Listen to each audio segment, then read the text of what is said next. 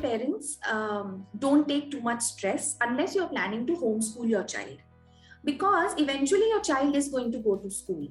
So as a parent, what the best gift you can give is playing games with the child, singing with the child, and reading to the child. If you do that, consider that your contribution to early literacy before the child joins school. Because once they join school, it's the school's responsibility to make sure that your child is becoming literate.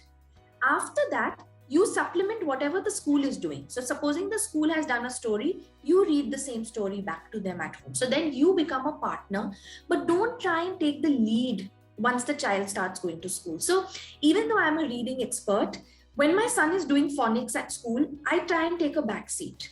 I don't push him, but that no, his level is more advanced. I let him go with the class pace. My role as a parent is I will continue reading with him.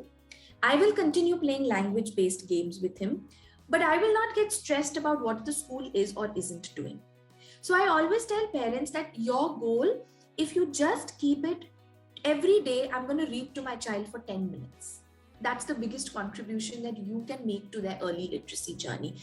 But unfortunately, I know with the pandemic, things have become different. Parents have had to assume the roles of teachers, at home.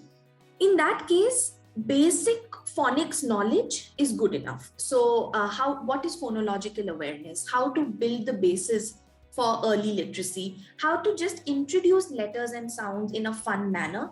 That should be your goal at home, and not expecting yourself, because as a parent, if you are not a trained teacher or not a trained phonics expert, how are you supposed to learn everything about this field and do it with your child? So I tell parents, take a back seat. You don't have to do everything for them, even though it is a pandemic right now. So snippets, whatever little you know, share with them. Keep talking to them, keep playing with them, keep reading to them, and that should be a good enough foundation.